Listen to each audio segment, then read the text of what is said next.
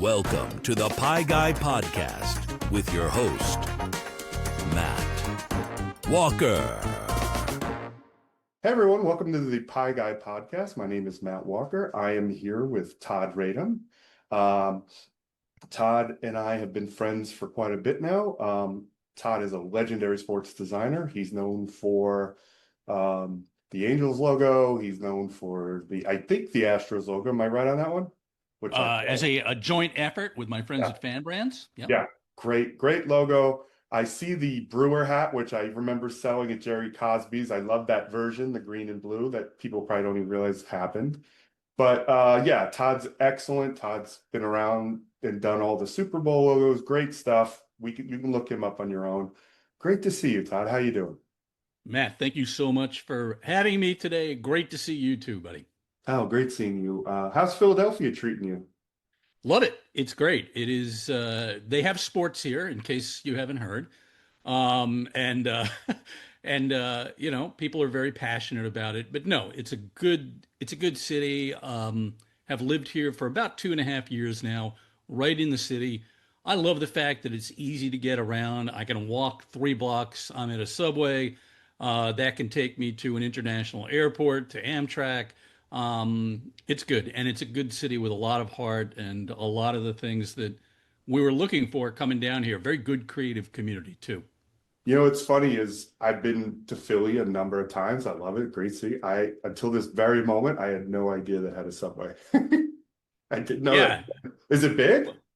No, there are 2 lines that cross under City Hall. So there's the elevated Market Frankfurt line, which is where I am. So it's mostly elevated.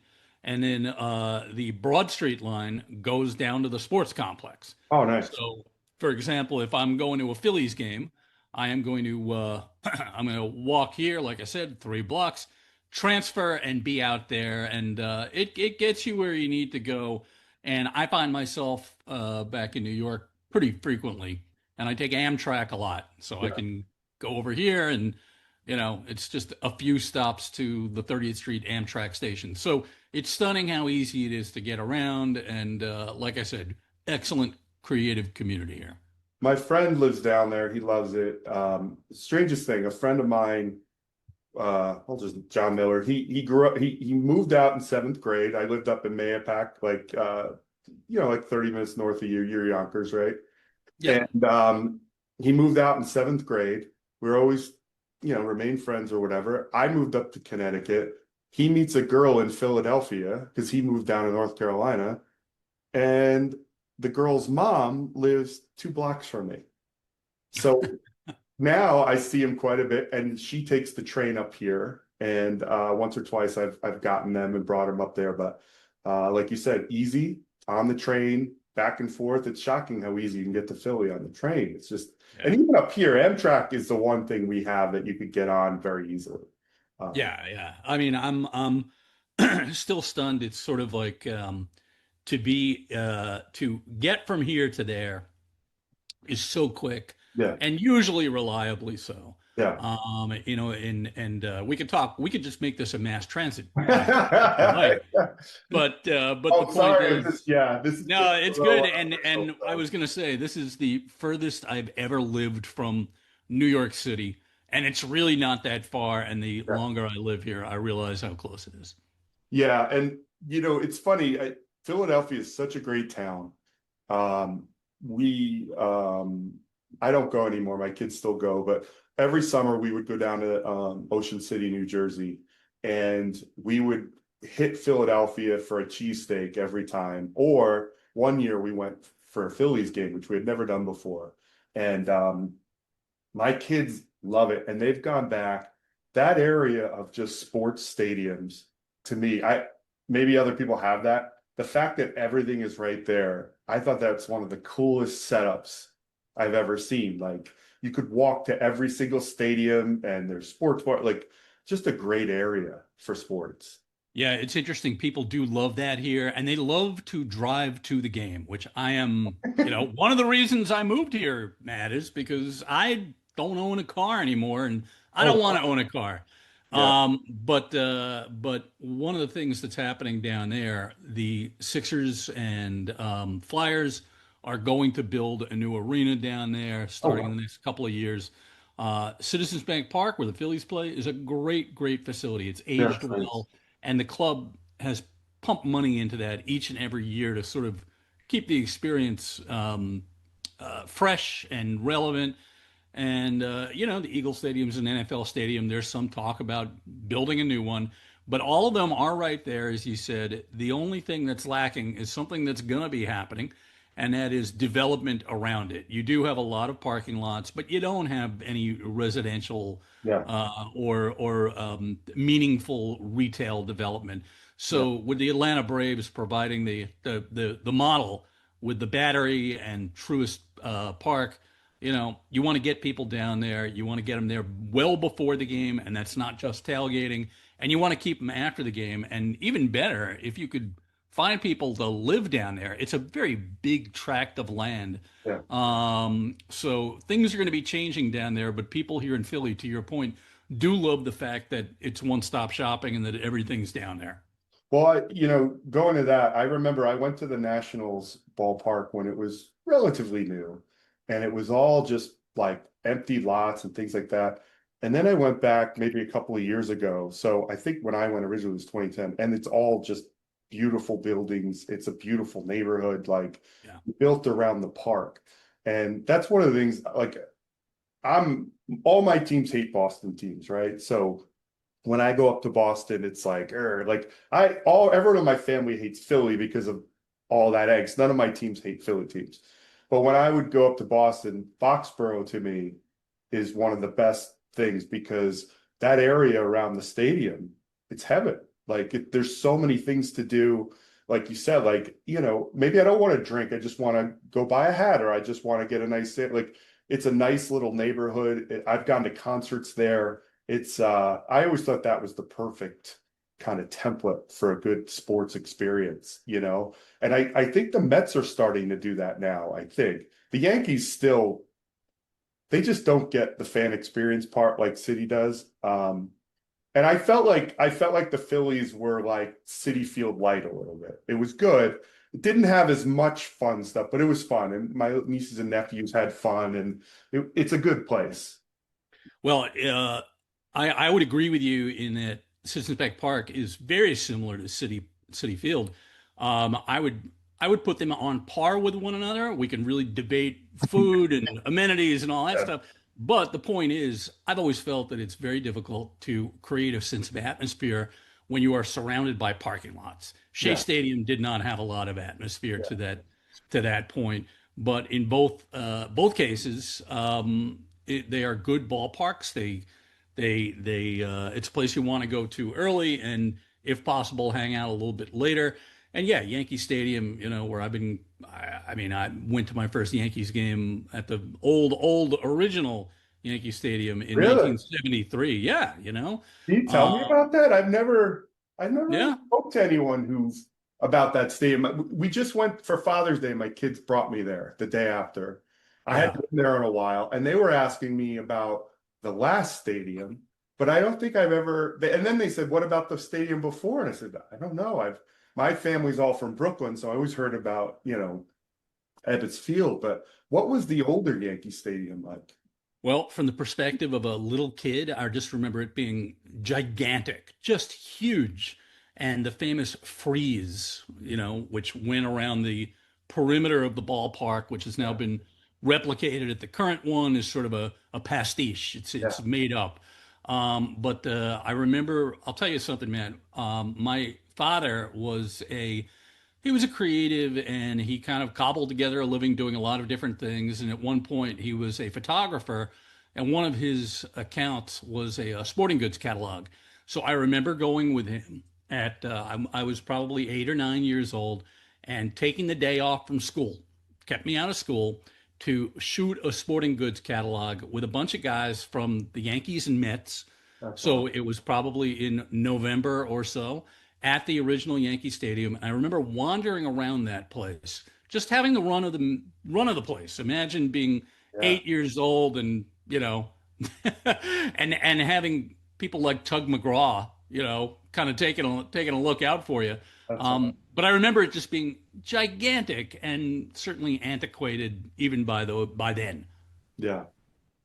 You didn't make it to where's it, the Giants? You weren't around for that, right? When did they no, they were gone much earlier, The right? Polo Grounds, yeah, the Yeah. Polo Grounds were knocked down in the very early '60s, Oh, okay. so before my time. I thought it hung around for a while because, but maybe No, not that long. Okay.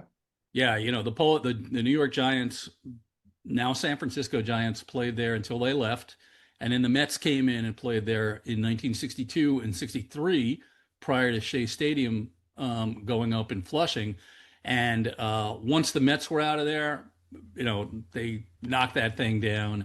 Yeah. And I will say that anytime I have driven past there, which has been thousands and thousands of times in my life, or taken the train by there, I imagine the images that you've often seen of the Polo Grounds and Yankee Stadium, where you could walk from one to the Yeah. other.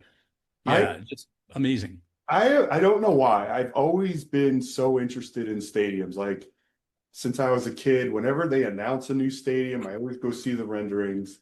Um, I don't know if there's a term for it, but I've just always get excited about the new amenities, the new stuff. I don't seek it out too much. I've been to it for someone that's not a huge baseball fan. Like this year, I'm really into the Yankees. Like I'm watching, I like the Yankees. Last year's team, I just didn't. I feel like baseball's funny. Like it's such a long season that if you don't mesh with the personality of the team, it kind of your effort goes up and down because it's a good effort, 160 games, you know. But this year, Totally.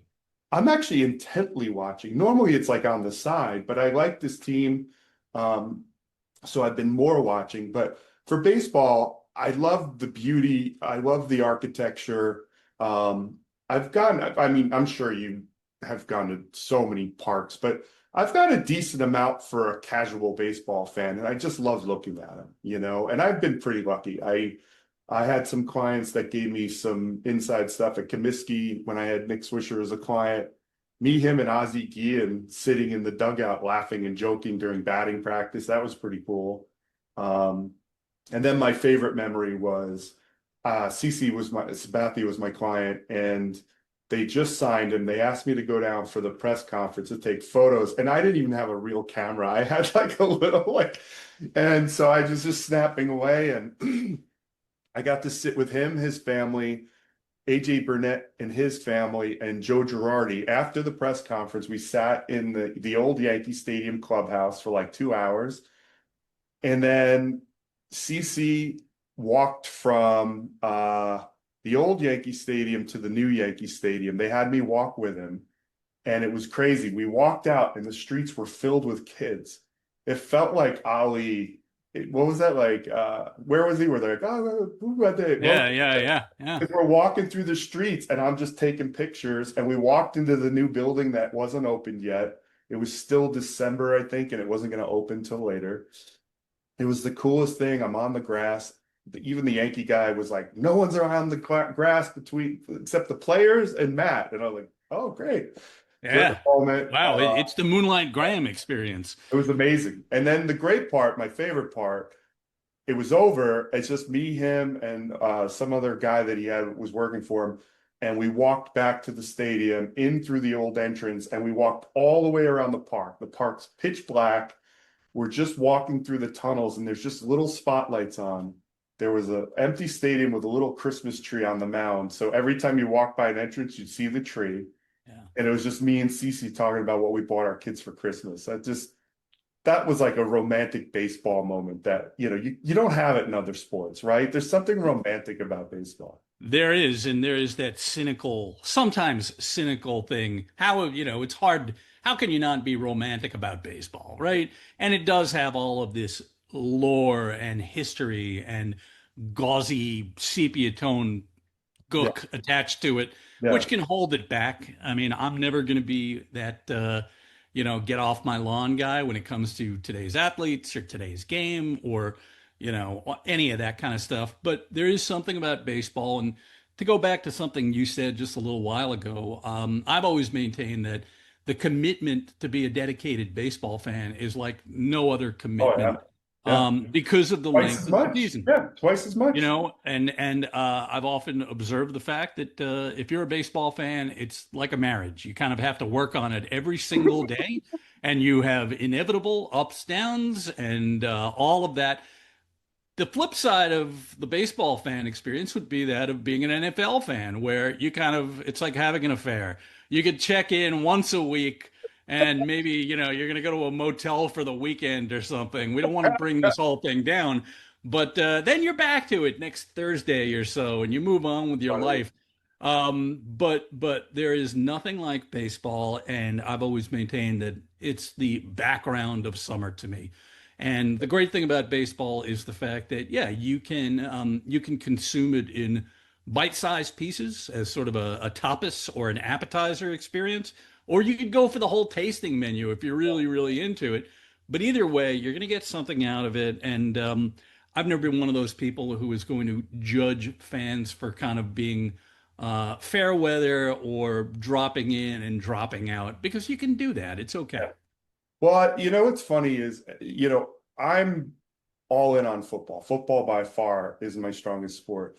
But when it comes to baseball and it comes to hockey, I love watching, but I also know it's like I know my place. Like there are people that are all in. That's one Yeah. of the things that's frustrating about football. Everyone thinks they know about football. And as someone that's coached for years and played for years, and they're like, "Oh, it's just youth," and I'm like, "Do you know how many hours of study and concussion testing and going to Nike coaching clinics like?" And there's a lot to learn. But in baseball, as much as I love it, I'll never know what pitch you're supposed to throw with like two men on, and oh, he's a lefty, you got to throw it. And I'm like, all right, I'm just gonna listen to that person, and they'll tell me. I'm like, is this the right move? Should they be doing this? Um, because it is. There's so much to know, and that's what makes it so amazing. And hockey's the same way. Like Yeah. we have this text chain. It's like my uncle, my cousin, and his friend, and they're real hockey people. My kids are on it, whatever. And now we're asking, like, is the third line center good at forechecking? Like, you're like, how the hell am I going to know that? There's just no way. But that's also what makes it kind of so mysterious. Um, when the Rangers stink, I don't really know why half the time. I might have some idea, but Yeah. I'm never going to really understand, how good the fourth line is supposed to be or whatever. Yeah, it's just the, and the, the baseball is strategy is real. yeah. To move back for a second and to kind of combine the thoughts about me having moved to Philadelphia not too long ago, and the fact that the Eagles, of course, won the Super Bowl this past year and have been in two since I've lived here. You're good But luck. yeah, and yeah, I'm taking all the credit. This is a large city. It's the sixth largest city, I believe, in the United States. It But is? yes, it is. But it is collegiate in a certain sense when it comes to sports because of the fact that New York, and you know this, and I would know this having grown up there, allegiances can sometimes be split, and there are so many teams Yeah. that the unifying sense is not completely unified. When the Yeah. Yankees win a World Series, Met fans are, probably going to be pissed off, right? Or not be able to participate Yeah. fully. But here, it is absolutely stunning to me that on a Sunday morning during the NFL season, you go to the supermarket or you walk down the street, and everyone, regardless of who they are Yeah. clad in green. They Yeah. could be young, old, people with kids, black, white. It doesn't matter, and that's the best part of sports. Yeah. Sports, to be a fan, doesn't ask you what your income level or Yeah. ethnicity or background is, and the sense of community is awesome. And I will say that I went to the Super Bowl parade just to experience that, Yeah. and just civic pride, even though I'm Sure. not, you know what I mean. And it was pretty amazing. And I'm gonna say this, it was not as not as frightening as you might think it would have been. Yeah. People were very, very happy. And yeah, there's a certain kind of behavior, but people were interacting with one another, and people who they would not probably normally interact with, in a very joyous celebration of community pride. Well, So I get a little what you're saying being up here about UConn. Like everyone up here is UConn. Like you could root Yeah. for whatever team, but it's UConn too.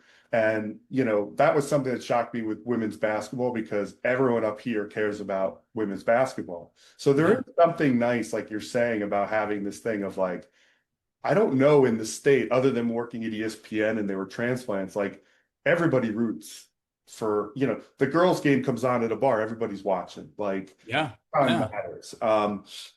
A friend of mine, when he was in Ohio, he said when, they won it with LeBron, he was just like, he said exactly what you said. When you're in a town that they just have the one sport, he goes, it's just different because there is no arguing. Everybody, like you said, no matter where you're at, you're just hugging and you're just excited, you're happy. You don't have half the town upset that you won. Yeah, yeah, that's it. And you make a great point about UConn and being such pioneers in a certain sense of women's sports, which has now rightfully exploded, and people are taking interest in it who never would have watched it Yeah, before, right? I mean,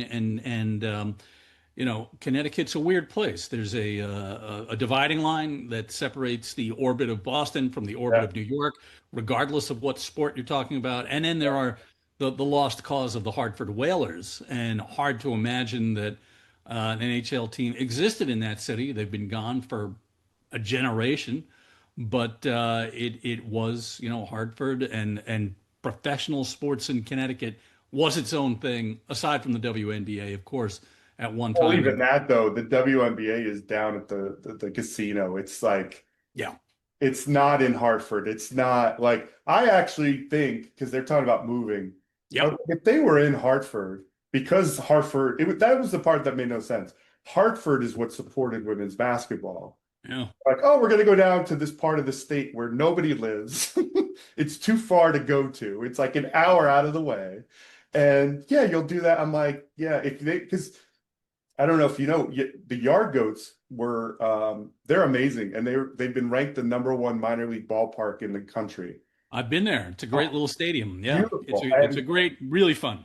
It's, Connecticut's a funny place. I'm a huge Connecticut fan. I wish there were more New Yorkers in Connecticut because I feel New Yorkers are a little more people wouldn't expect this, but they are more social. They are more talkative. We could get into conversations about everything. Like that's why with this podcast, I didn't really have to write anything down. I was like, you and I will come up with something. Like who would have Yeah, went this way? But who cares? Um, but the fans there are great. Connecticut, we are hoping because there's another renovation of the Excel Center. But we are hoping. My son every day goes, Dad, that Weber's might come back. We keep looking at the teams and could happen. not Uh, going to happen. well, actually, I'm still holding out. I mean, hockey matters in this state. If you think women's basketball matters, which it does, youth hockey, high school hockey, and then college hockey. We had like three teams in the Oh, understood thing. Quinnipiac and all that, but Yeah, as you and I know, professional sports is all about revenue and bringing in local revenue from powerhouse, you know, sponsors and partners. yeah, And unfortunately, Hartford does not have what it used to have yeah. with respect to the insurance industry or, if you could get Colt firearms to which I will say my grandfather grew up in Hartford. My great grandfather worked as an assembler at the Colt Firearms Factory in downtown Hartford 100 years ago. I So pass it I all the totally time. understand it. Yeah, pass it all the time. Well, I guess the one thing that we always hope for, like, is one, the attendance is good, but some of these Canadian cities, they don't have any of that. So that's the hope is that maybe, it's not the same as like trying to land an NBA team or something like that. Like the hope is some of these other cities aren't doing great. But then I see that they're going to try Atlanta again. I'm like, really? Third time?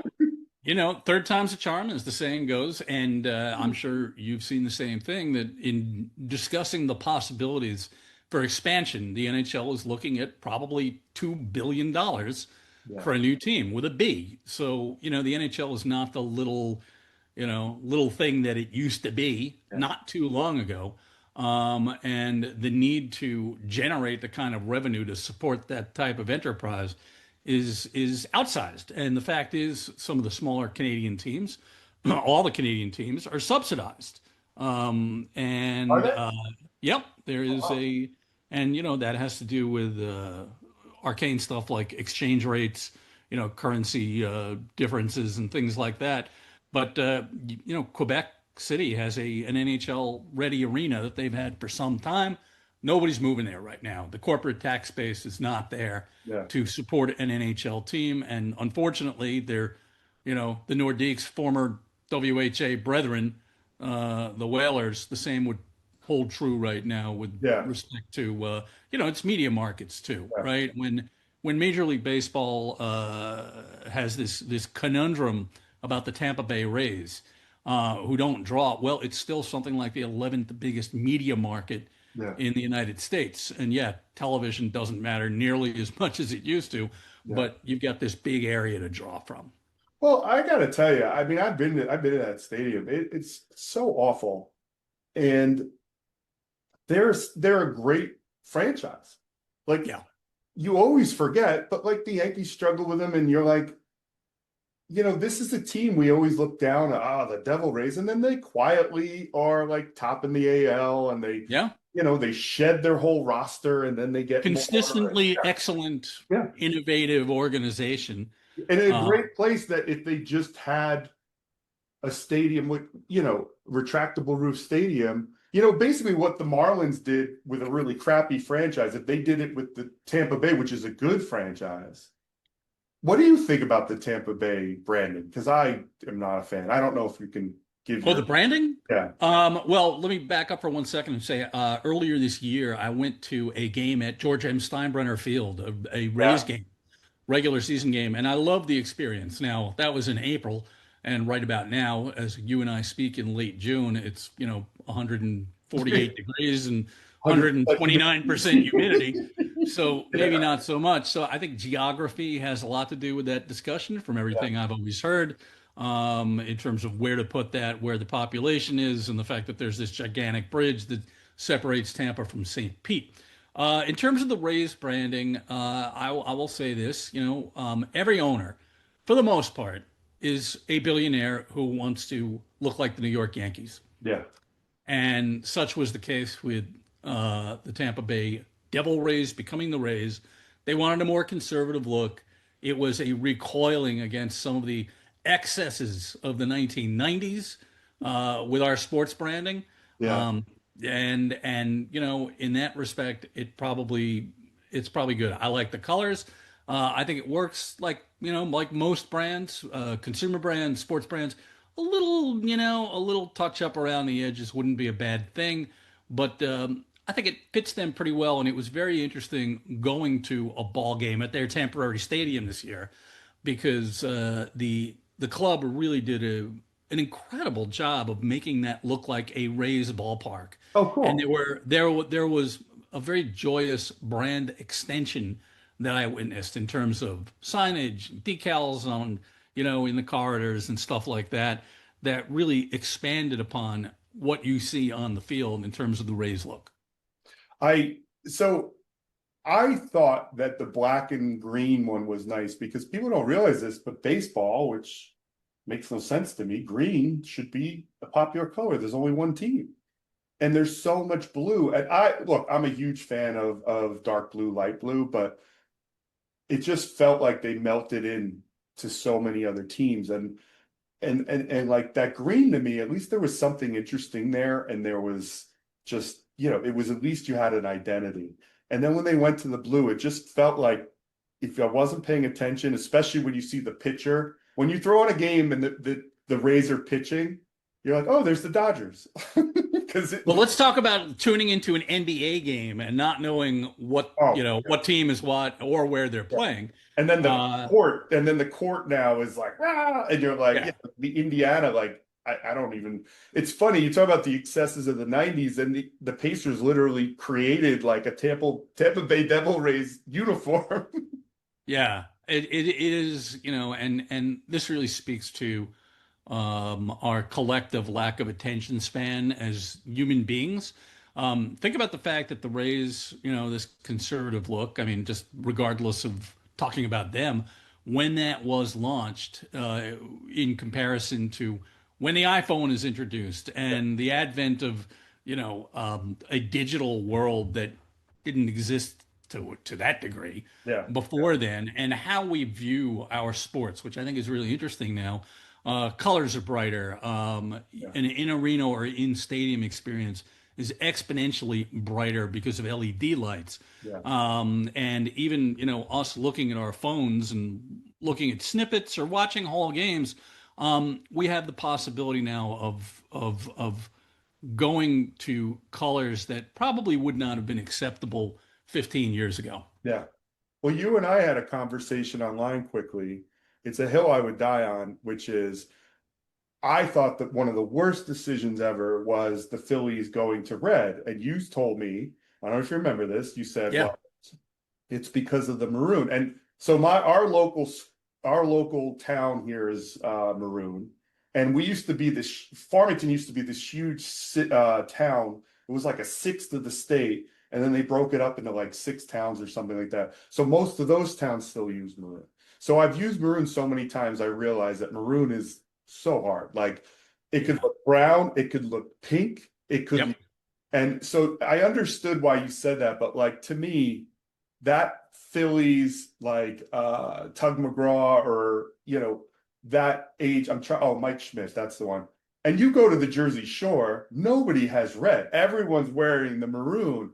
And Yeah. I'm like, how the heck do they not embrace that? One, it's no one has it. And two, it's one of the most beautiful, that maroon hat with the white. And I think there's some rule that they had to cut out the stitching in the P or something. But that Yeah. hat is one of the most gorgeous hats, the most beautiful brands. And I have one. It's a go-to here for gorgeous. sure. And then that It, it, bubblegum font on the back of the jersey, it just doesn't. You had that great font on the back of that Mike Schmidt jersey. I'm like, it would be like to me the Yankees wearing a city uniform or something. It just doesn't well, make but here's the thing, Matt. That is their regular Thursday uniform at home, the powder blue with the maroon. nice. So you go to a Phillies game, and anybody listening who has gone recently, at least, or within the last couple of years, whatever, you have basically you've got your City Connects, which are going to come and go, but the split between red and maroon and the powder blue, mixed in with all that, is real. And what it is you've got a generation of people who didn't grow up with the maroon. Yeah. I got together last night with a neighborhood friend of mine who is late 20s, early 30s, right? So his entire life, the Phillies have worn the same uniform, right? They've always been red. He loves the maroon, loves it, loves it, loves it. Yeah. He never saw it with his own eyes in the Yeah. first place. So everything old is new again. That's always the way these things go. And in a sense, it allows for greater brand expression that's true to the brand, Yeah.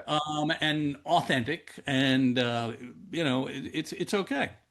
But it's one of those things where I think it's so hard to create a timeless, beautiful brand.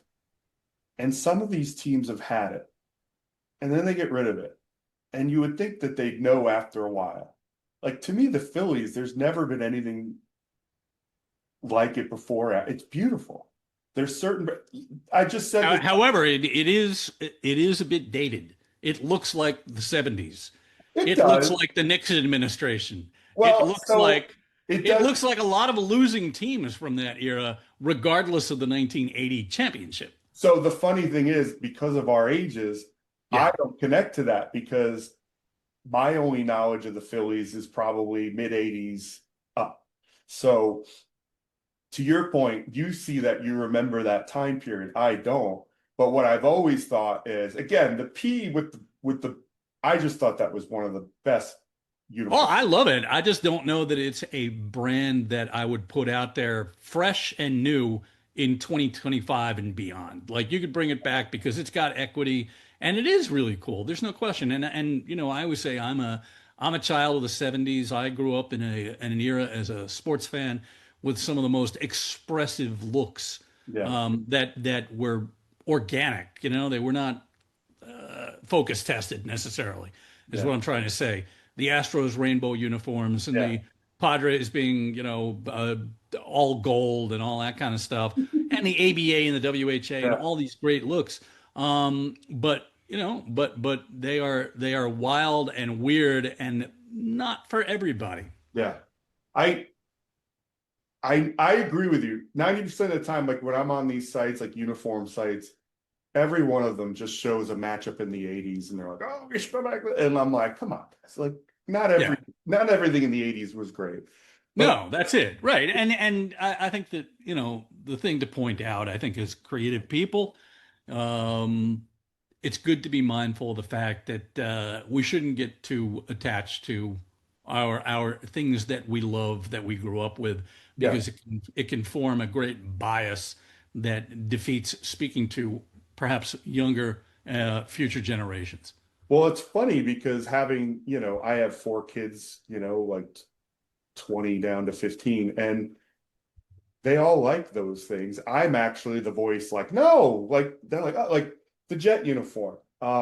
My kids clamored for this uniform, especially the black and green. And I went, that time period was terrible. Yeah, Like yeah, it's yeah, so tight, which like the day they left that uniform, like one of my biggest things as a kid was when the name of the team was the Jets, and then when they came out with like, the sweatshirt for the league that everyone wore, it was always the New York Jets. And I'm like, yeah, yeah, it yeah, drove me nuts.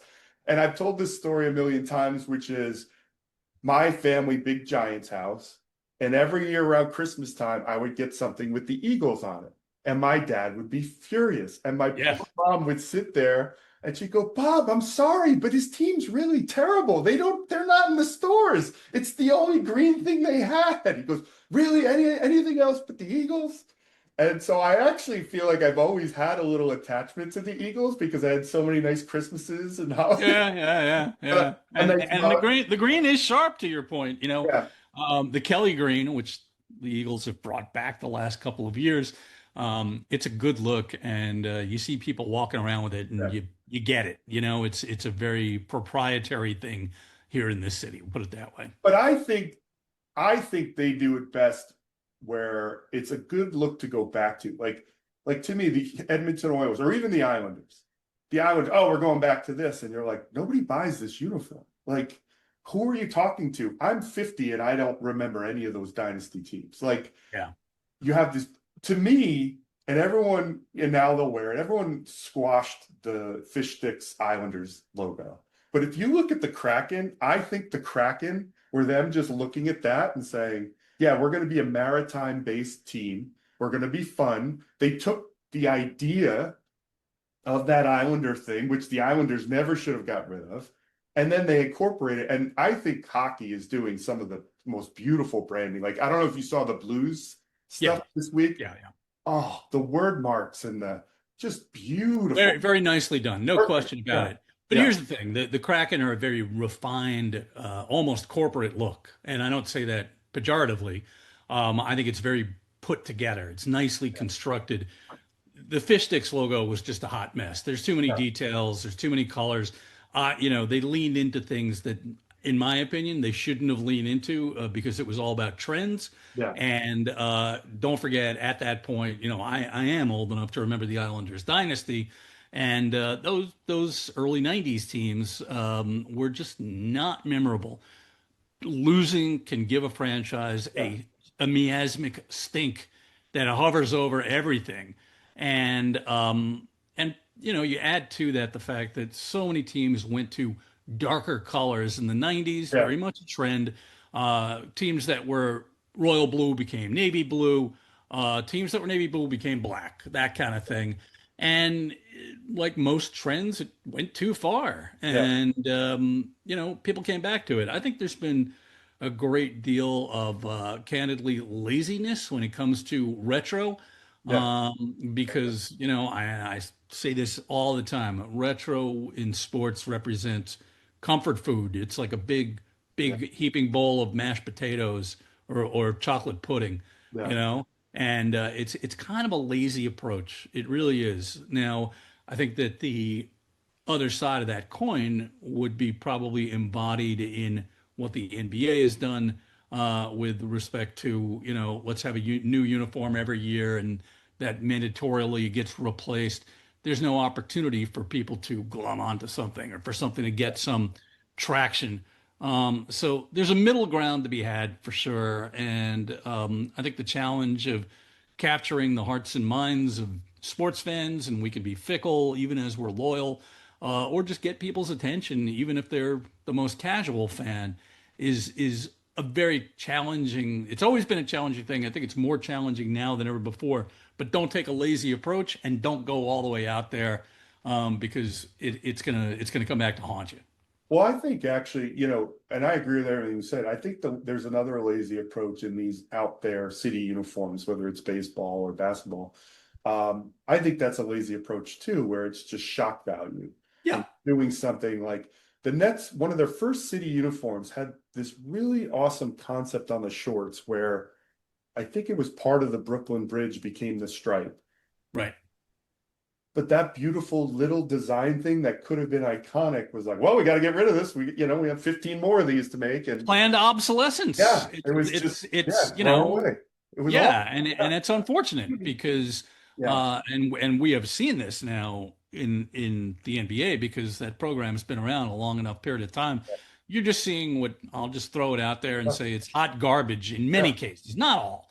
It's almost But like a design slot machine. They pull it and it's like, and it's just, oh, yeah, and where we're going. Yeah. right. It's I have to say profoundly uninteresting in many cases to me because there's real value in thinking about building a brand Yeah. and thinking about, we can't project timelessness, right? Because things come and go and who knows what's going to happen in 5, 20 years, much less a year from now. But to come up with something that is just retail driven, that is not about what's happening on the court so much as just, crass commercialism, it's kind of not interesting to me. Yeah.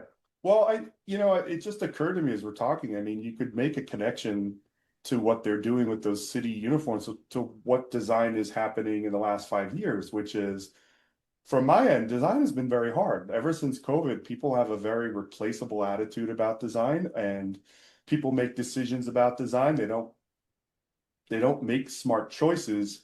It's almost like throwing things at a wall, and it's like, oh, I could decide this, I could decide that. So it's almost like this crappy level of design has just become so common when it's like, you know how much money you would have saved if you went to a professional and you built something that lasted? Like you probably don't, do you ever hear the term agile? Yes. So agile is something that we all work in, and it's this idea of just like, oh, iteration, iteration, iteration. And you're like, no, iterations are good when you're done properly. But their thing is like, well, give us 700 choices. We'll just decide the best one. And again, it has minimized the voice of real design. And what they don't understand is that costs them money. That costs them tons of time. But I think they just want to have the control. So those people in those meetings, oh, we're going to go with this. And someone from Nike or wherever comes in, probably like 20 looks, and well, that's it. And there's no reason, there's no story, there's no whatever. And I think that's where we are, not just in sports, but kind of in everything. I feel like design has been, I'm hoping it's a pendulum and people start to see that, like, again, the blue. Wait for AI, Matt, because Oh, yeah. not saying I know what's going to happen, but I would suspect that the accessibility of technology, which has been a progressive notion ever since computerization took over in design, it's really going to things are going to be different. I don't know what else to say about it. Well, There's an aspect of this that anybody can do it, yeah. and that doesn't include a disciplined approach or a strategic approach to anything. But you're going to see it, and you're going to see it because it's less expensive. Well, you see it in, well, I don't even think it's just about less expensive. I think it's about Partially, not only that. I think really what it is people that haven't put the time into these disciplines want to be the ones pulling the strings. And we're talking about baseball, and you said you don't want to be the get off my lawn guy. I'll gladly do it. Like I am not a purist, but we were at that Yankee game and to start with a man on second in extra innings to me, that is like heresy. Like it was a nothing, I'm nothing. okay with it. I'm Nobody, okay with it. but And I nobody say this hurt. as somebody who Oh, sat through an 18 inning World Series game in Los Angeles in 2018. yeah, The rules of baseball have always changed. At one time, the pitcher threw underhanded and he stood on a square, and yeah, that's why the pitcher's mound is the box. He hit it through the box, yeah, right? And it was, it hasn't always been 60 feet away. yeah. Things change, and I think that on balance, shorter games, Matt, I love going to a 2 hour, 15-minute game. But I agree. Like I'm okay with most of the rule changes, like the time clock. I like the speed, but I've seen how many games this year where it's in a nothing game, you're just putting someone on second. Getting to second base is difficult. And then the game ends. It's so anticlimactic that the game ends with a blooper single to outfield. I'm like, at the very least, all right, put him on first.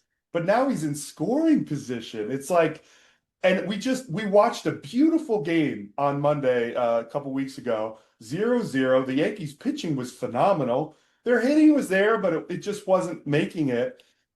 And they lost to the Angels just because, what's his face wasn't play Jazz Chisholm wasn't playing the third base close enough line and it dribbled down. And I'm like, it was just it was taking this beautiful thing that you pay hundreds of dollars to see and ending it with just like a wet fart, you The know? most the Like, most famous home run, arguably in the history of the game, took place on October 3rd, 1951.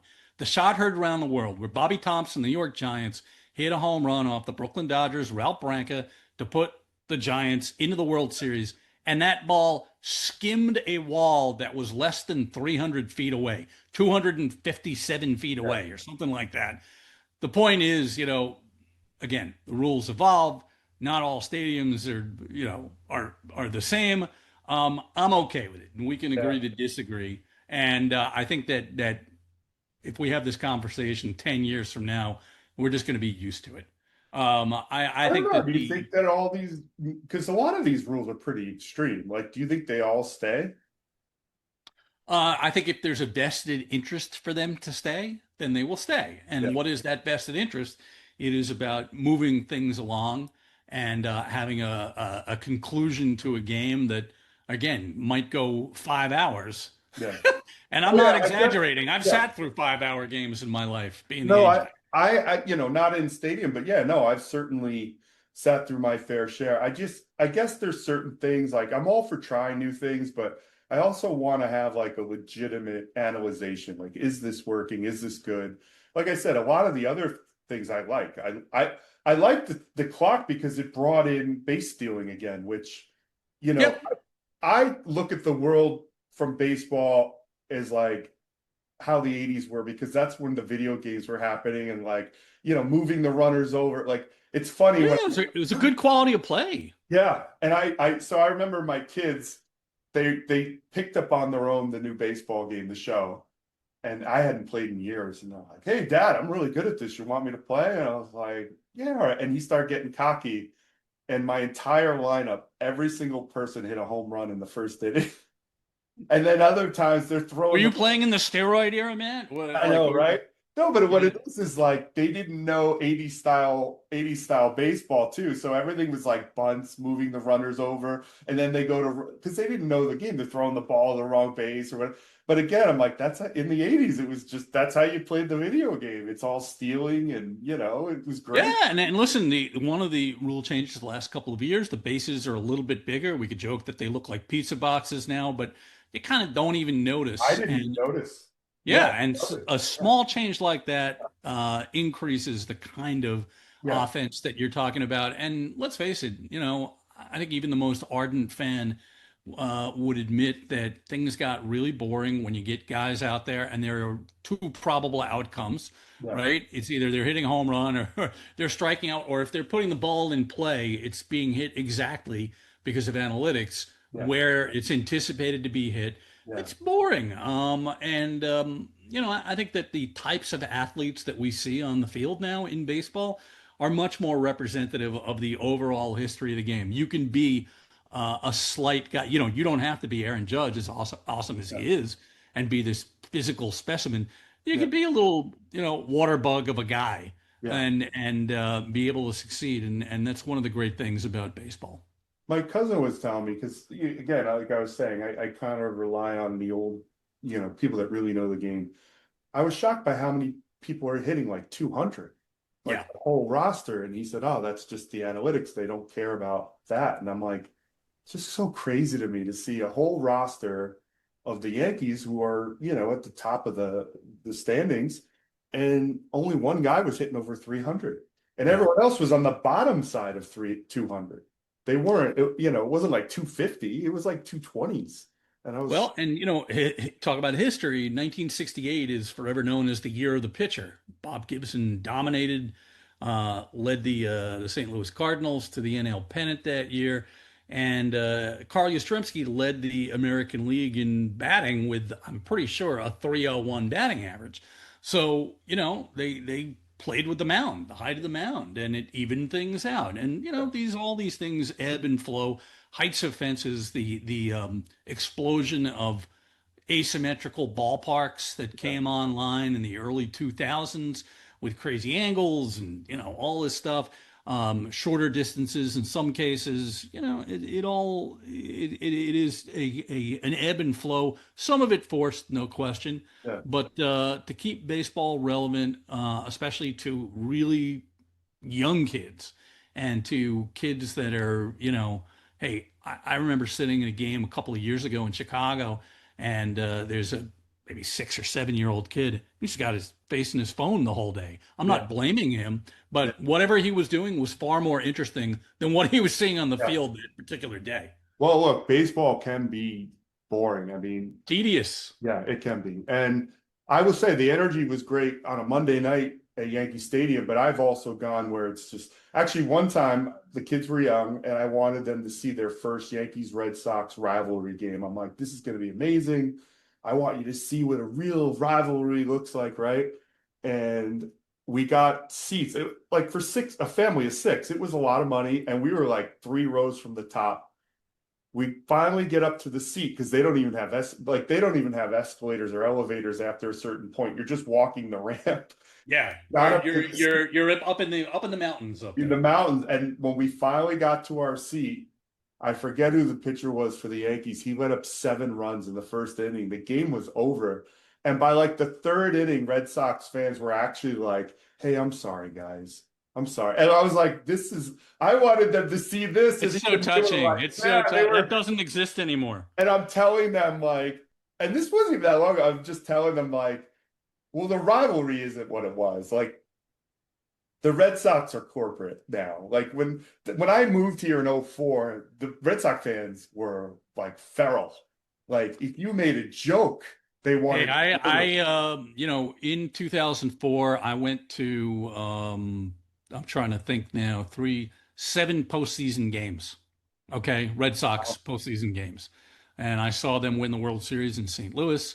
And yeah, the pent up desire to win a World Series for the first time at that point in 86 oh yeah, years, something that few people living at that point had seen, yeah. was real. And so then they win again in '07, and it was kind of like you've had this amazing meal, the greatest meal of your life, and it's followed up by this unexpectedly incredible dessert that you had no idea you were going to be getting. And then 2013 comes around, and then 2018. And all of this is to Yeah. say that the identity of fan bases can change. Oh yeah.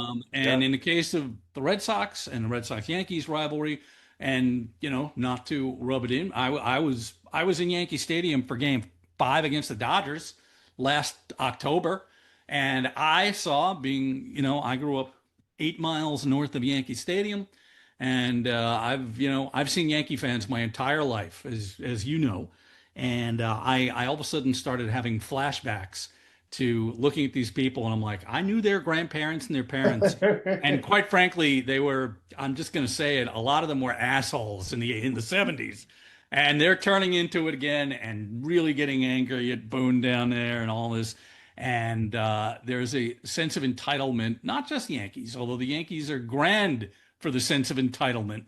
That Red Sox nation, if you want to call it that, has gotten a little bit that way. It'll never be as much, and consequently, the rivalry will never be what it once was. No, it can't be. Like I said, '04 was, I moved up here and '04 was just like a powder keg. And I remember I had a job up here and we went out with some people from work and I made a joke about the Red Sox like I had made about the Mets my whole life, just thinking, oh, we're just going to rib each other, whatever. And it was like this guy from work's friend and he just stared at me and I swear to God, he wanted to kill me. He's ready to He was ready throw to it throw in. it out, Yeah. like break his bottle and I was like, what the heck? Like it was, Yeah. and I always felt that like, I don't think until they broke the curse, I don't think Yankee fans really thought about the Red Sox that much. Like when you No, moved, it's like an annoying little it brother was. that Yeah, you always beat the shit out of. yeah. And I'll tell you this: the first game I ever went to at Fenway Park, the first games, because it was back-to-back days, were during the famous Boston Massacre of 1978, when the Yankees basically, swept the Red Sox, overcame a 14-game deficit, whatever it was, and took their lunch money and kicked their asses and left them in the dirt. And of course, then go on and win the World Series. And it was not always as dramatic as that, but it was predictable. And in 2004, the quote from Derek Jeter, and I'll paraphrase, was something like, "Of course you're going to win. We always win. The ghosts will come out." And I was at Game 7 of the ALCS at Yankee Stadium in 2004. Red Sox jump out to this huge lead in the first inning. Johnny Damon hits a grand slam, and all of the air came out of that place. And I'm not saying this just to piss you off, but it just, the change was perceptible. Oh, sure. And it was kind of like I would liken it. And at the moment I thought of this, kind of like, I'm not even going to say it. It was a turning point that was definitive and forever. And then when they win the World Series, I remember a friend of mine, huge Yankee fan, kind of a charmingly obnoxious Yankee fan, said to me the next day, he said, after that, he's like, "You got to win the World Series. You know that. Curse isn't over until they win the World Series." Yeah. And I hadn't thought about it because it was just less than 24 hours. But he was right. Well, we learned that versus the Marlins because, we beat you guys, and then was it the Marlins and the Diamondbacks? Like In '03. we It was beat, the Marlins in the World Series. yeah, Josh and Beckett, beats the Yankees in '03. and we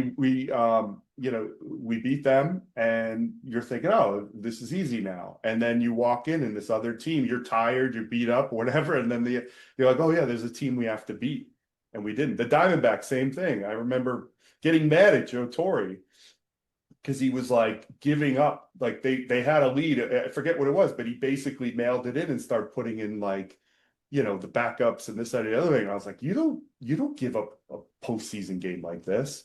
Oh, But then you got to trust Joe Torre at that point because he had led them to victories in, I '96. guess so, but this isn't the Midwest. We don't just trust people. We got to Yeah, get. it's true. But hey, new Joe Torre, a Brooklyn guy, like perfect guy. I remember talking about that and talking about the Yankees being at the MLB at one time would hold this little reception, a little party before Game 1 of the World Series, before Game 1 and Game 4 of the World Series because of the traveling, right? And I remember being in Cleveland at the newly opened Rock and Roll Hall of Fame, and I'm there with some people from the Yankees in 1995, October 1995, and a Yankees VP comes over to me and says, "You're never going to guess who we just hired as manager. You're never going to guess in a million years." And it was Joe Torre, who at that point was a A bum. loser, Yeah, a a bum. loser, a Bum. bum. Yeah, he was And a now he's an bum. esteemed Hall of Famer. I have family that I think my aunt was best friends with his sister. Like he was and actually all my cousins played in the Joe Torre League in Marine Park in Brooklyn. So, but yeah, that was the thing is, it's nice he runs a league, but that guy's kind of a bum, isn't he? The headline in the New York Post or the Daily News, I forget which, was "Clueless Joe." Yeah. and I he hated that because I loved Buck Showalter. I yeah. thought he earned it. He brought us back. Like a lot of people don't realize growing up in the 80s, the Yankees were awful. I went to a lot of games at Yankee Stadium in the 80s and early 90s, the Stump Merrill years, Yeah. and Oh, those wilderness years, yeah. Gene Michael, and I actually had season tickets for a 20 game plan at Yankee Stadium in I think 2 years, 1992, 93, and all afternoon games. I would go with my friend. We'd sit there and watch the horrible Yankees and drink beer, and it was very cheap and a good way to spend a weekday afternoon. Did you see that documentary on like the 90 or 91 I Yankees? did. Yeah. You forget that brought back so many memories of how bad they were. And I remember for years, my friend's dad, one of these classic baseball people, Met guy, and I'd be like, Mr. Gargano, I think this is the year. This Mel Hall guy's incredible. Matty, it's all about pitching. You don't have pitching. I'm like, but we have Eric Plunk. Throw Jimmy Key and an aging Tommy John out there, Yeah. and let them do their thing. And Well, Kevin Jimmy Moss is was going to be part of the the next turn. Kevin Moss is going to be the next Mickey Mantle, Oh and yeah. it But never happened. Jimmy Key was part of the turn. I think Jimmy Key was the first Yeah. legitimate pitcher I ever had to root for. Yeah. Uh, I mean, you had Rigetti, but I never understood. It was always like he was up and down, and I was too young for him. But Jimmy Key was like, "Oh, okay, we have a starter. We have at least a starter." And I remember I was at Kennedy in Somers, where I went to high school, and I was in the dean's office. I think I did something bad, but he had the paper, and I think they had just signed. I want to say Paul O'Neill and even Cone or whatever, and that's where it was like, okay, we're going to be Yeah, okay. the Paul O'Neill trade was the turning point, and they needed a serious guy in that clubhouse. Not Yeah, that they didn't have any, but people forget Paul O'Neill won the World Series with the Cincinnati Reds in yeah, 1990. Hard to yeah, believe that team ever won a World Series yeah, after the Big Red Machine, but they did.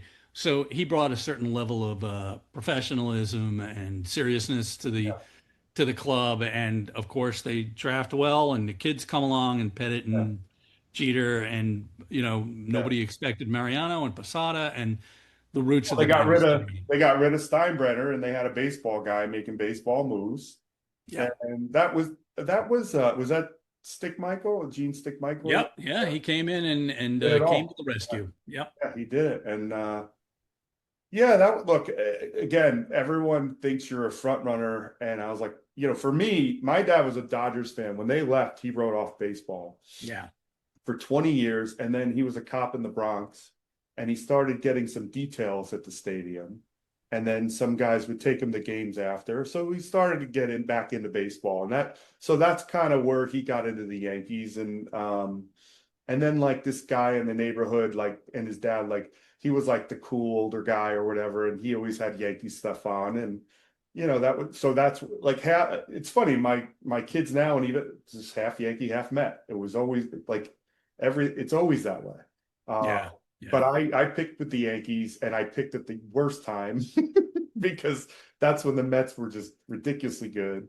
If it doesn't kill you, it will make you Yeah, stronger. and The it did. story of being a sports fan, and you think Yeah, about what a World Series win meant to those Cubs fans in oh 2016, yeah, or it's you could keep going with every sport, yeah. like what it, yeah. I mean, and it's one of the reasons that we love it. Well, I mean, I have that with the Rangers in '94, and Yeah, that was one of those like you never thought it would happen. yeah.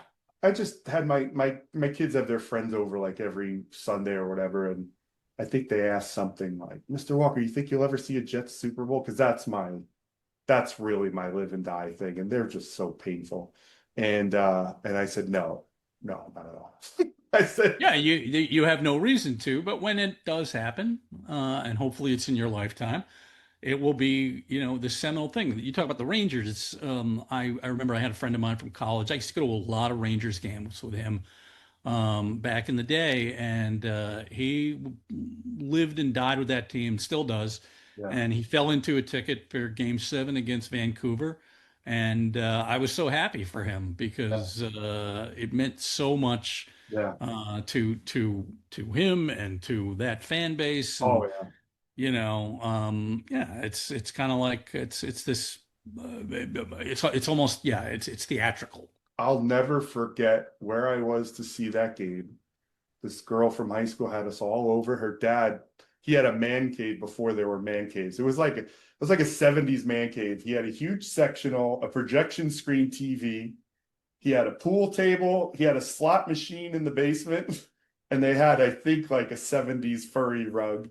But there was like 20 of us watching. It was just perfect. It was awesome. Yeah, Because what the a great whole city, that I feel like what we were talking about earlier, I think the Rangers, and people tried to say the Knicks have this, like, oh, New York is a Knicks town. And I said, yes and no. I mean, I'm a Nets guy and I don't believe they're equal, but I'm like, a lot of people just root for other teams because the Knicks are traditionally bad.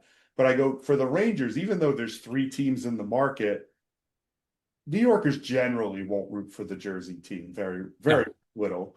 And the Yeah, Islanders, more and more, I don't know any, other than my family from Long Island, and even most of yeah. them don't root. So the Rangers to me feel like the one team that is kind of on their own.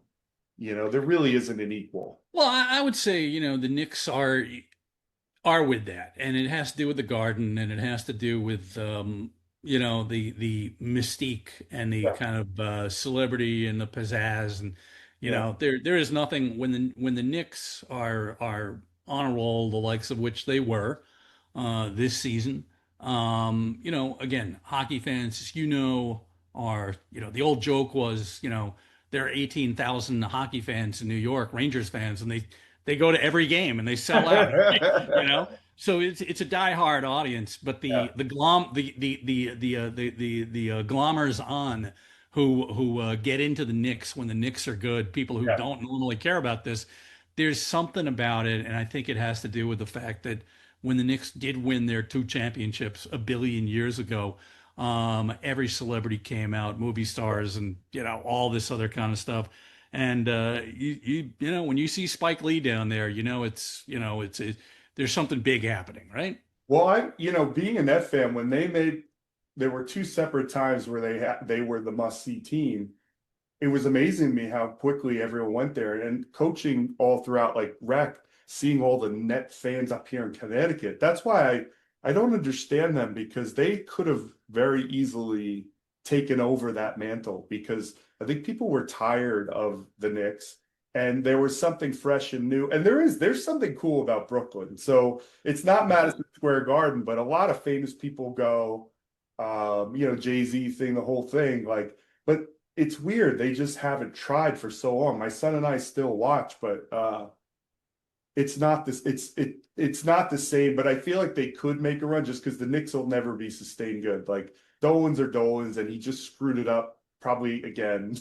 You know what I mean? Well, as far as your Nets go, and this, they swung for the fences, to mix sports metaphors, with Kevin Garnett and Paul Yeah, Pierce, and mortgaged their future, and yeah. everything that's hot, and the Jay-Z part and the new arena, which now is 15 years old or whatever it is, it doesn't seem as exciting as it once was, I don't know. Brooklyn and still holds that. Like, even because we're wrestling fans, like like even the college tournaments, there's something cool about Brooklyn. yeah, I just I think, think it's been what romanticized by the rap. the marketing part of that, of the Nets. And hey, I did the Brooklyn Cyclones minor league team when, Beautiful part.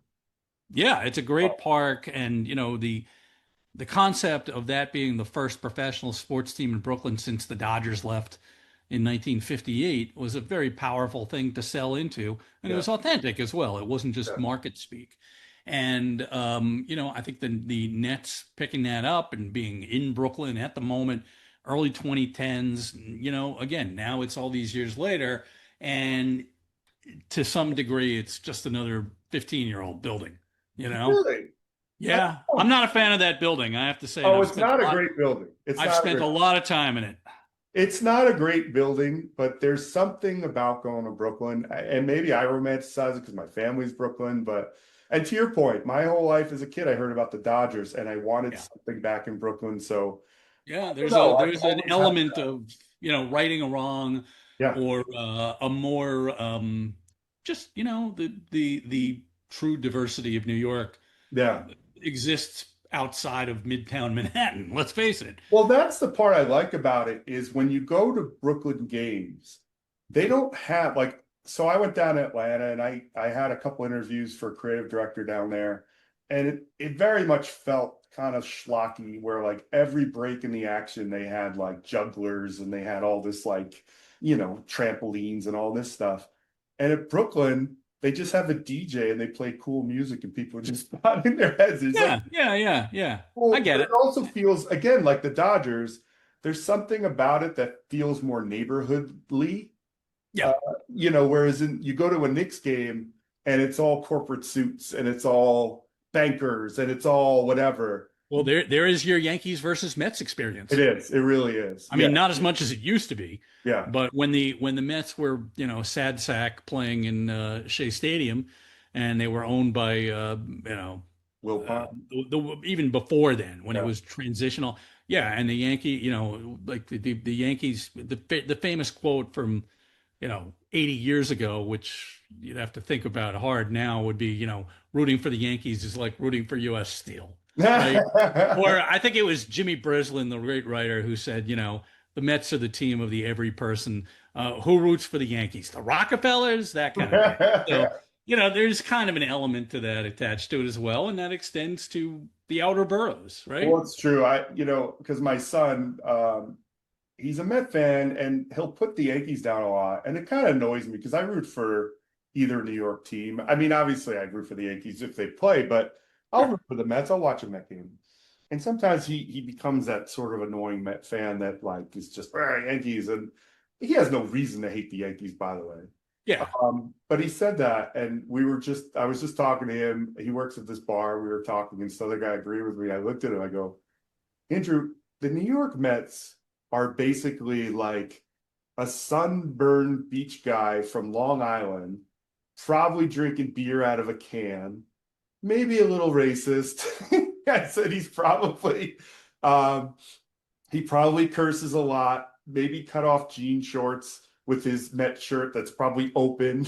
I'm Keep like, going. Keep going. yeah, it's such classic, like it's almost like trashy beach culture, you know what I mean? Like, Wow, that is generalizing that. That is no, but like, I'm like, that's my thought of it. Like you said, though, like everyone has a picture of what the typical fan for certain teams are, and that's the Met fan to me, where like, they probably like have sun in their hair or maybe a mullet of some sort. wow. Wow. I think of, I think of the Mets fans in my life, in many cases, these loyal people who are just resigned to, getting the football yanked out from under them, a la Charlie Brown kind of thing. And you know, there is zero entitlement there. Oh Um, no, no, because no, of the fact no. that they Yeah, there's haven't nothing to won be, since yeah, nothing to be 1986. entitled about. Yeah, no. Yeah, yeah, yeah. But they do Different seem context. resentful, and that's the funny thing. Being a Yankee fan, being a Jets fan, I'm on that. Humbling, humbling. Well, it's the same as the Met fan. It's literally Yeah, yeah, yeah. the same existence. So everything Absolutely. I said about the Mets pretty much applies to the Jets for the most part. I have a friend of mine, dear friend, who was a Jets fan and a couple of years older than me. He's a Mets Jets fan, and every year he's like, "Jets, this is going to be our year. This is why I'm optimistic. Yeah. We got this guy, we got the right coach. It was Rex Ryan at one time. Yeah. It was this. It was Darrell Rivas. Blah blah blah blah blah blah blah." And God bless him for it's part of being a sports fan, being the hope Yeah. that is attached to that, and the Yeah. the need for optimism are good attributes that we all require in our everyday lives. The Jets broke my heart not last season, the season before. I expected last season. Everyone thought I was crazy. They're going to the Super Bowl. I'm like, but the blackout game the year before where the Dolphins, like with no one on the team, just beat the heck out of them. And then the Hail Mary returns for a touchdown at the half. That was it. I was like, that broke me. And so I've been very like non-optimistic since. But now I'm sitting here, there's Aaron Glenn. I loved him as a player. And I'm like, well, Yeah. maybe this is gonna, and I'm like, no, no, no, it's not happening. And then I go, well, maybe just a little, it's gonna happen. Oh, just when you think you're out, it's the mafia It thing. is, it They is. keep pulling you back in. They do. But I will say, like, all I wanted, because Salah, I just didn't think he was a tough. I didn't think he made tough teams. I thought there was a lot of excuses. Anytime you watch a coach like in those behind the scenes things, and they have like these PowerPoints that you could tell they spent all night working on. I'm like, yeah, that's not what we need. We don't need Yeah. PowerPoints coming up with like, we're like an iceberg. And you're like, can we just Yeah. talk about No. like the passing game? Yeah. Take Yeah, your and verbs, your listen, metaphors, you know. yeah. Well, that's where analytics and technology suck the humanity out of sports Yeah. sometimes. Well, and you said something earlier I wanted to mention, it's AI to me is like analytics in baseball, which is non-baseball people making baseball decisions. And honestly, I don't know baseball enough to whatever. Last year in the playoffs, seeing Garrett Cole just dealing and Boone pulling him. And you're like, oh, well, that's what the metrics. No, it's the playoffs. You go till your arm falls off. And that's to me when they lost that series because he was dealing. If you could have went and given him a full game, then all of a sudden, like everyone thinks that was a blowout that series, but it really wasn't. There was the one game that was awful, but they should have won a number of those games, but it was those little details. But It's that analytical thing. yeah, but here's the thing, I mean, luck plays into it as well. The Yeah. human element certainly plays into it. To me, last year the Dodgers were just a far more well-rounded, better ball club that Oh did yeah. not No, make mistakes. if they pulled it off, they would have pulled off an upset. But I Yeah. don't know that it was especially the Met fans ripping into you like, oh, we should have beat them. Whatever, we played better. But to me, when you look at it, it's like it's those details that make champions, right? And I think the Dodgers made those plays when they made those plays. That one, I forget his name, number 5, but he to me is a Yankee killer. Freddie Freeman stepped up to the plate and he Yeah, hit a home run for the yeah. ages. And And he just did it in the last series. He killed them again. he's a future inner circle Hall of Famer. If he He's a, were and never it's to one play of those, another game, he's in yeah. there. And it's funny because watching it, it's one of those things, and you feel bad. I don't know anything about him. He's probably the nicest guy in the world, but now I see him, and I'm like, Yeah. And he is actually a terrific guy and a probably an amazing guy. But it's one of great those player. things But yeah, you're where gonna he's the like kryptonite, and you're just like, I don't want kryptonite. yeah. So before we cut this off, because I know we've talked quite a bit, what are you working on now? How are things going? I know you've had so many great projects, and we didn't get to talk about process or anything, but what are you working on now? Like, what I know you've been doing ESPN things on Zoom calls and things. What's going on in the world of Todd Radom these days? So right now, at this very minute, as we speak, it is late June, and I am heavily involved, and I have been heavily involved for about the last 8 years with Ice Cube and his Big Three Oh, basketball league. And yes. I sort of, it's very much a DIY process in terms of everything in that league, and I've been with them since the get-go. So just they are in the middle of their season and helping manage all that is some of what I do. So if there is championship game graphics just done, adding a sponsor lockup to it, even to the point of media walls and designing new teams, whole new teams, designing the court for this season, ordering decals for blah blah blah Yeah, blah blah. I'm super involved with that, and I like it because of the fact that I deal with him. And he is a great creative mind. And I like him a lot. We work well together. He's like a So great guy. yeah, it really is. And I think always if you're part of something from the ground up, it's different from Yeah.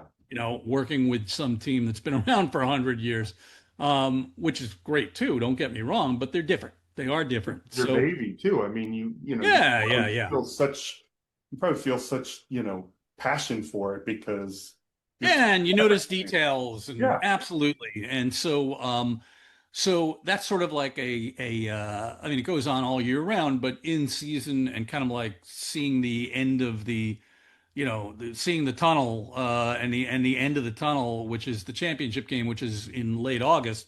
I'm very involved with all that right now. A bunch of little things for teams and various leagues that I can't talk about. Yeah. I do a lot of a certain Sort of a amount of lot of that, right? streetwear stuff that I can't talk about for like very large brands that are Right. very well known. And the usual kind of media and publishing and writing stuff. So I try to keep it varied, try to keep it real. I'm at the point in my life, in my career, where I really don't have any desire to be working 70 or 80-hour weeks anymore. Yeah. Been there, done that. Yeah. And yeah, so getting ready to go to the MLB All-Star game in Atlanta next month, and then up to Cooperstown for Hall of Fame induction after that. So yeah, that's a little bit of everything, which is always what I like. I always have said that my best days professionally are being an air traffic controller. Yeah. You've got some planes that are in the air, you've got some are descending, some are ascending. You don't want them to crash into one another. But I like the varied stuff and just certain amount of volume, but not too much. I remember talking to you. It was Bill Fredericks, right? That's his name. Yep, Bill Frederick. I remember we met back at the Creative South back in the day. You guys seem to have so much work that you can't talk about. Does Yeah. that get frustrating?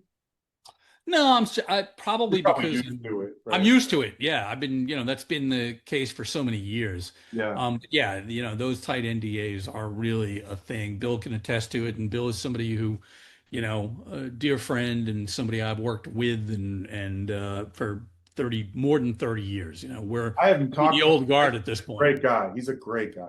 Yeah, great I guy, just and remember he and sitting I talking to him. we teamed up on a project which you may or may not know about a year ago, year and a half, almost 2 years ago at this point, where we rebranded a Korean baseball team, and that Yes, I love job that. brought us to Korea a couple of times. It was a great challenge, and Wow. all of it is to say, Bill is, as I just said, a wonderful, wonderful friend, a great creative, and I learned from him even at this point in my life. That's awesome. I didn't get to mention this. I mentioned it. I did one with Joe Bozak, but that How magazine article with you and him, I mean, that kind of started it off for me. Like I had done my first day as a designer, I happened to do the Zamboni logo. I was one of like 5 people and they picked it. So that was the first time I think I even thought of doing a logo. Yeah. I did that and that kind of started it. And I would do them, but I wasn't sure. But that article really kind of spoke to me because one, I didn't know people did that for a living. So I was like, wait, you could do this. But a lot of it was the shapes and the colors and the simplicity.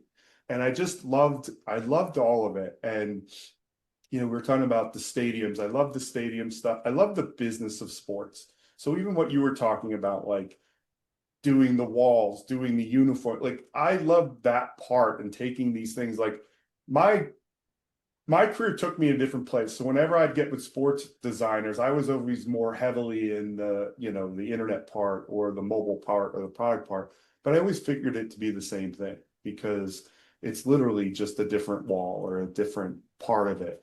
But I don't know if I've ever told you this, but thank you for that article. And I'm sure you hear this from tons of sports people, but it changed my life I because appreciate that. it did. And the way I learned, and people ask, like, how did I learn to do this? Is I remember I was engaged. I was up in Connecticut. I don't think my fiance was up yet. So during the week, I read that article and I would just see the logos you guys did. And that's why I totally forgot about the Brooklyn Dodgers logo. But being such a big Brooklyn fan, I remember looking at that. And I remember looking at how you did the roller coaster. And I remember how it looked. And I remembered the curves and then the forced shapes that were baseball shapes. And I tried, You know it. Yeah. And well, I listen, tried to reproduce it because I was like, how do they do it? And I created sort of a language of, it's funny now, someone like you guys will do a logo and people will say, hey, Matt, look, somebody stole your style. And I'm laughing. I'm like, no, I stole their style a long time ago. We But all borrow, we'll put it yeah, that way. But yeah, it is, I'll say this, and when I started out in sports design in the very early 90s, and Joe will attest to this, if we had a sports designer convention, it would probably be five guys, like five white guys yeah, sitting around a table. yeah, And to see where it has come and where technology has taken us, certainly what the needs of these, these projects are is so different, and who's involved with it. It's very gratifying, and it's one of the benefits of growing old is that you've got this, hopefully good thing to look back on and to have built upon. So yeah. Well, you certainly have. Like, I mean, that article fed my family many, many times. So I uh, like it. I want to thank you for that because um, that world, I kind of missed when that world was just starting on Twitter and everybody was talking and exciting. And, it feels like, Much better dialogue than most of what we have now.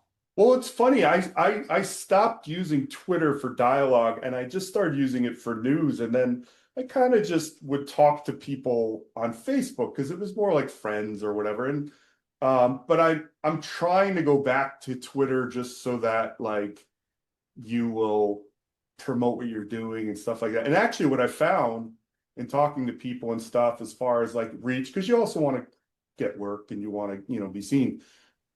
I'm finding all the things we did back in 2010 are actually becoming important again, which is just like reaching out, making connections, because Yeah. everything automated. So That's eternal. That is eternal. There's no question about it. And I will leave you with this. You talk about AI before and about what you had just referenced. Spoke to a guy I know recently who, very young guy who's very involved in technology, and he said, "You ever go on Reddit?" And I'm like, "Yeah, look on there all the time. Some hotel recommendation, or you Google something, and Google is garbage now anyway." But anyway, he says, "You do realize that 80% of the conversations that are taking there are all AI generated, and it's training itself to have these conversations and make for really, more buoyant content." I was like, "Whoa, yeah, whoa. It's funny. I think my ADD has never allowed me to go to Reddit the way it's laid out, and I don't know who's referencing a post on another post. And yeah." someone normal told me the other day, "Oh, I found all this out on Reddit." And I'm like, my brain can't handle Reddit. So I've It never, is, like, yeah, restaurants or some, you'll get led into it, and you could get hyper local with it, which is kind of good. And yeah. what would you like? What could I use it for locally? Like, I want Oh, to like there's a neighborhood Reddit where I live, and really, yeah, somebody just did something with a construction permit. There's a new restaurant opening. There's wow. what was that sound that just I just heard a loud boom. What the hell was that? That kind of thing. It So could really be that granular. my suburban answer to that is like the next door app, you know? Yeah, yeah, yeah. It's Yeah. similar. That's, oh, there's a cat running around, and oh, Yeah. in our case, oh, there's a bear. There's a lot of bears walking Except around. they're not asking you to join it and give you all, yeah, Yeah, it's no, it's totally. usually a little more suburban, but I really enjoyed this. I hope you enjoyed this. I did. It was a great conversation. We knew it would be. Always good to see you, Matt. Good to Yeah, chat. Great to catch up, and I love the free flowing nature. thank you very much. I really appreciate this. People don't know this, but there was a lot of tech issues getting on here, so thank you for being patient. We made it work. All right, thanks, Todd. Thanks, Matt. All right, bye. Okay, I guess I don't hit anything, so I'll just hit. No, that's it. So, Yeah, all right. Well, that was fun. I appreciate it. It was good that we did make it happen, yeah, and keep in touch and I let me will. know what's going on. Yeah, if you're ever up in New York, I could head down there or whatever. If you're ever hanging out Yeah. or something. Yeah, it's usually like hit or miss, but yeah, we'll keep it, and likewise down here. All right, great. We'll do. Yeah. All All right. right. Good seeing you, buddy. See you Have later. a good weekend. Bye. Bye.